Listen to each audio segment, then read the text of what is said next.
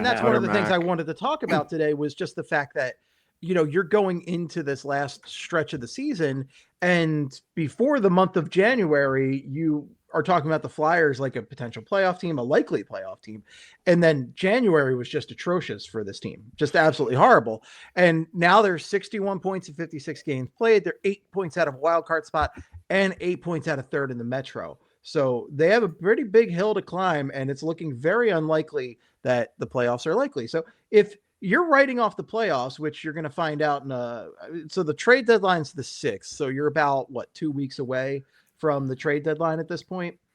You got to make a decision pretty quick. And if I'm Danny Briere, if I get any sort of good offer for Rasmus Ristolainen, you have to take it, because what future does this guy in his early 30s have with this team? By the time the Flyers are ready to be competitive again, Risto's not going to be a part of that. He's also way too injury prone to rely upon.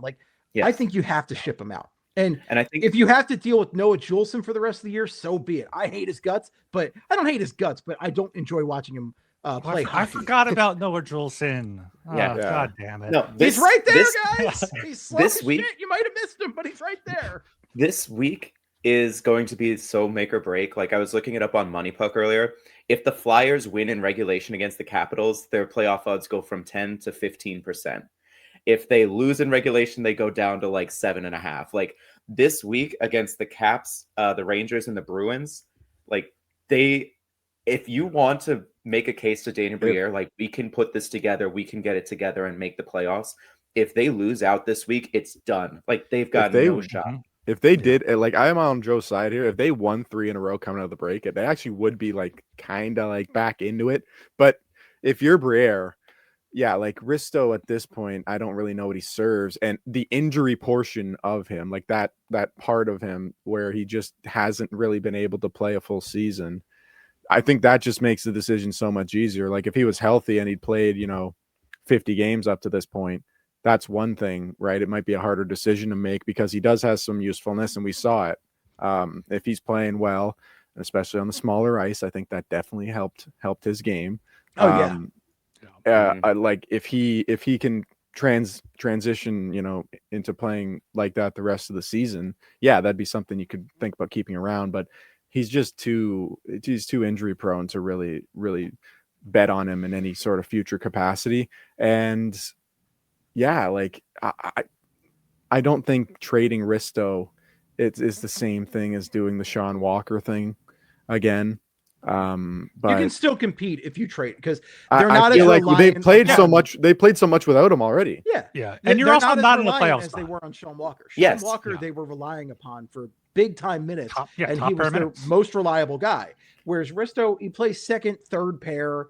He is tough to play against, but he's not a guy that they rely upon.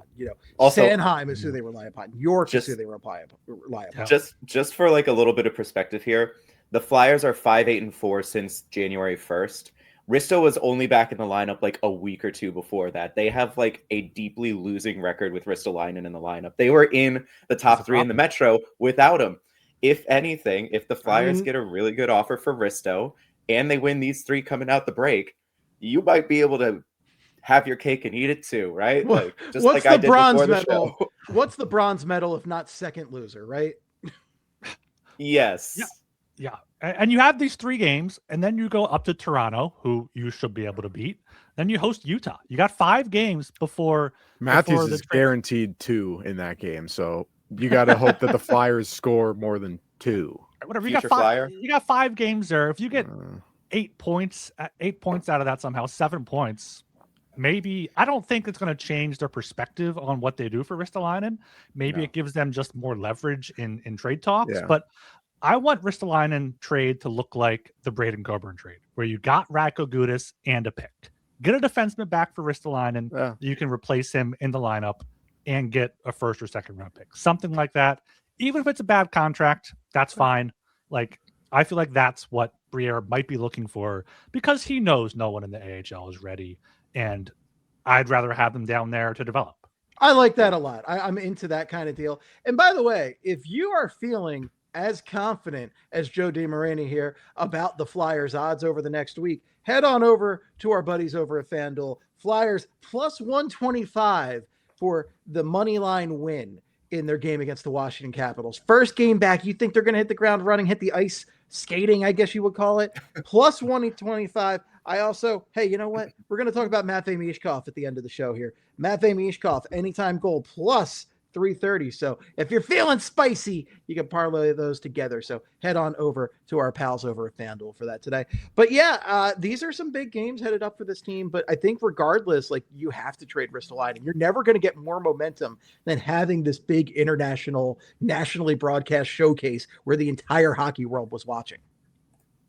Yeah, I think like if you don't do it now, it's never going to happen. Yep.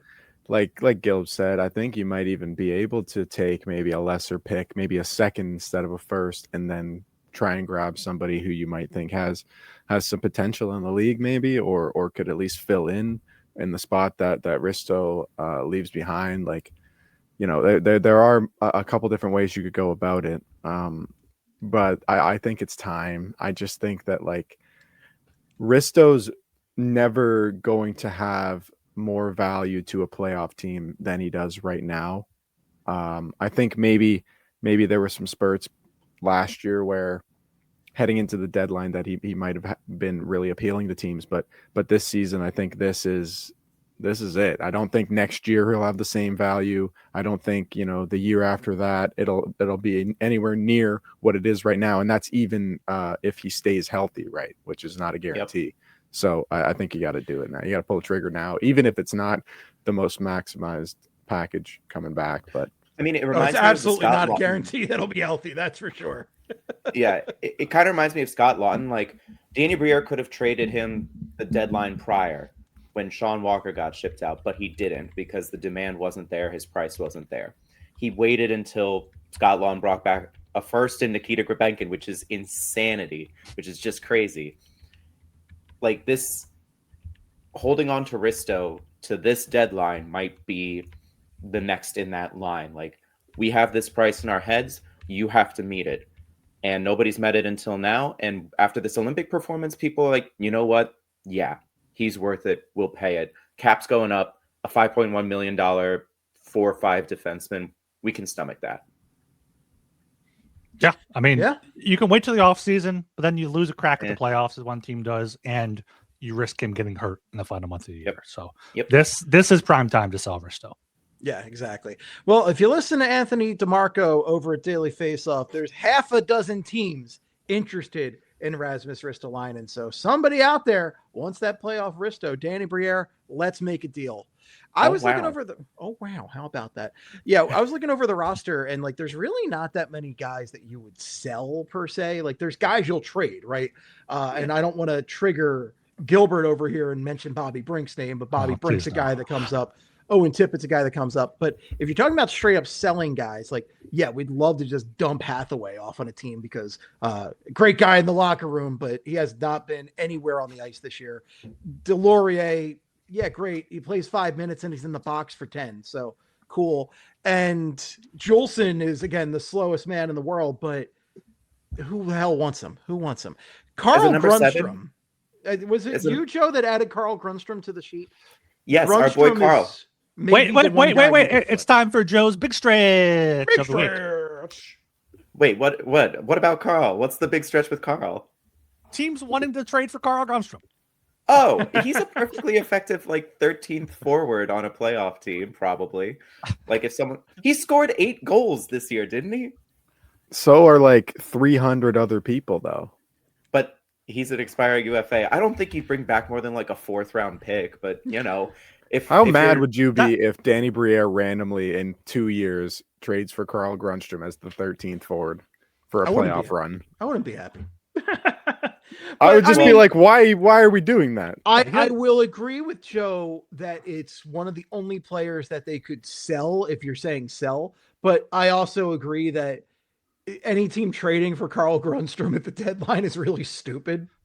You could maybe trade him back to LA. He started his career there for a while. Maybe he wants to go back there, but like with Fiala out too, they do need some wingers coming up. Trade for Andrei Kuzmenko again.